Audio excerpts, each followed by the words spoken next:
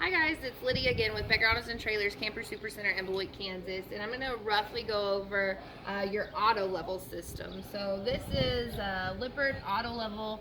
It's one of the models we still see coming in on some of our new campers, and it's similar to most of them that we've had in the last few years. There are some new ones and different ones coming out that are just a little different quirkiness in different ways, but I'm just going to go over a couple little tips and tricks and the overall idea here. So on your auto level system, you can hit the power button here, and so you can actually move your jacks up, down, all around. Okay, so if we hold down front, it's going to actually lift our front jacks together. If I hold down retract or turn on the retract light, if you hit your front jacks, it's actually going to bring them down. So you want to make sure when you hook up or unhook from your truck, you don't hit auto level. Okay, so make sure before you ever auto level that your truck is pulled away. So when you back up to where you want your camper to be, you can hit front, lift that off the ball, okay? And then I want you to hit retract and bring that nose back down underneath, okay? So my nose is a little bit low here. The only reason I say to do that, it seems like we get less error codes doing it that way. It just seems to auto level better. If you don't do it that way, don't freak out. It's not the end of the world. It just seems to work out a little bit better. So I'm going to shut off the retract again, and I'm actually going to hit auto level.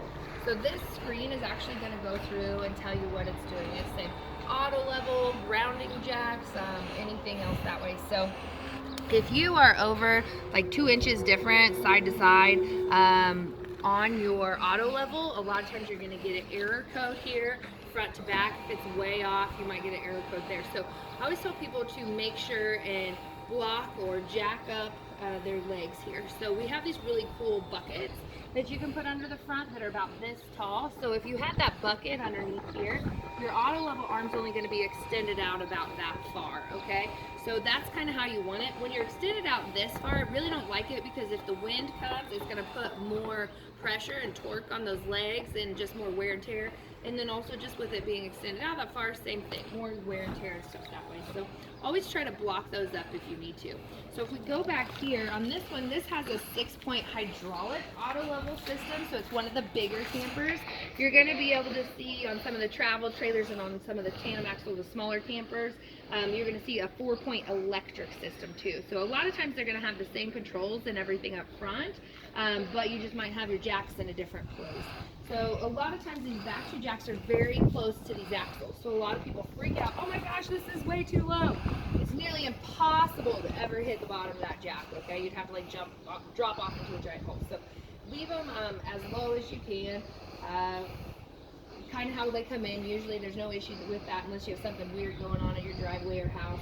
And then they just seem to work a little bit better. So these back jacks they're not extended too far out. I would probably suggest still putting a pad underneath it, especially if you're on soft ground, just so they don't start to sink in, okay?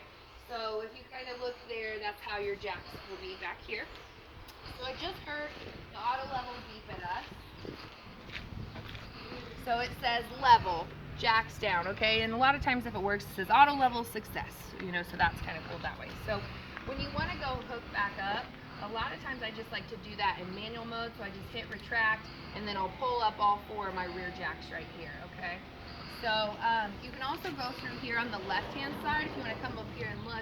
If I hit enter here and then push down, it'll give you like how strong your battery is and what your angle is on your level. So I just moved our jacks a little bit, so it's off 0.1 degrees, so not that far, but if you ever have to move it like in manual mode, you can bring your front up or down or whatever that way, and it'll show you from front to back, side to side, how far you're going to be off. So that's kind of a neat thing to go through there. So you can put it in manual mode. If you do hit auto retract, a lot of times if you're having some error issues, that's a lot of times the way to kind of restart it, but it's going to retract all 6 jacks. So that being said, your front end is going to start to dip really low. So make sure your truck is far away from it so you're not going to hit your bedside or anything that way. Make sure you don't have anything weird around. And then also on your steps, if you have those cool new flip over steps that are stored in the door, I would keep those up when you auto level, okay? So keep those tucked in so they don't dig in the ground or cause you any problems or get bent or anything like that.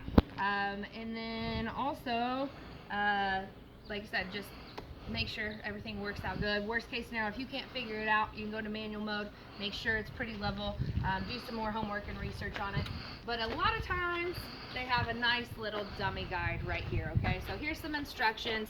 There's a lot of stuff on the internet about it. People can find out a lot of information. They've been using this one for a long time. So that's your rough little auto level video. If you guys have any questions, let me know. If you get those error messages or out of stroke code, a lot of times that's because they're extended out too far, and so it's kind of a safety issue.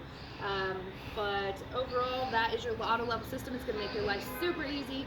A lot of people ask to auto level before your slides are in or out or whatever. It's always nice to kind of do it before if you have that option. You move them out, and then after they're out and it sits a while, you can go back and hit auto level again. Make sure it's not moved out of sync or anything like that. Or also, if you sit over time, if you do have the hydraulic system, they do start to seat down every once in a while. So just come back out here, hit auto level, or if you hear like some popping noises or things, that would just come out and do that. So again, Lydia Hausch with Becker Autos and Trailers Camper Supercenter in Beloit, Kansas. Holler if you guys need any help with anything. Check out our website at beckerautos.com or come visit us.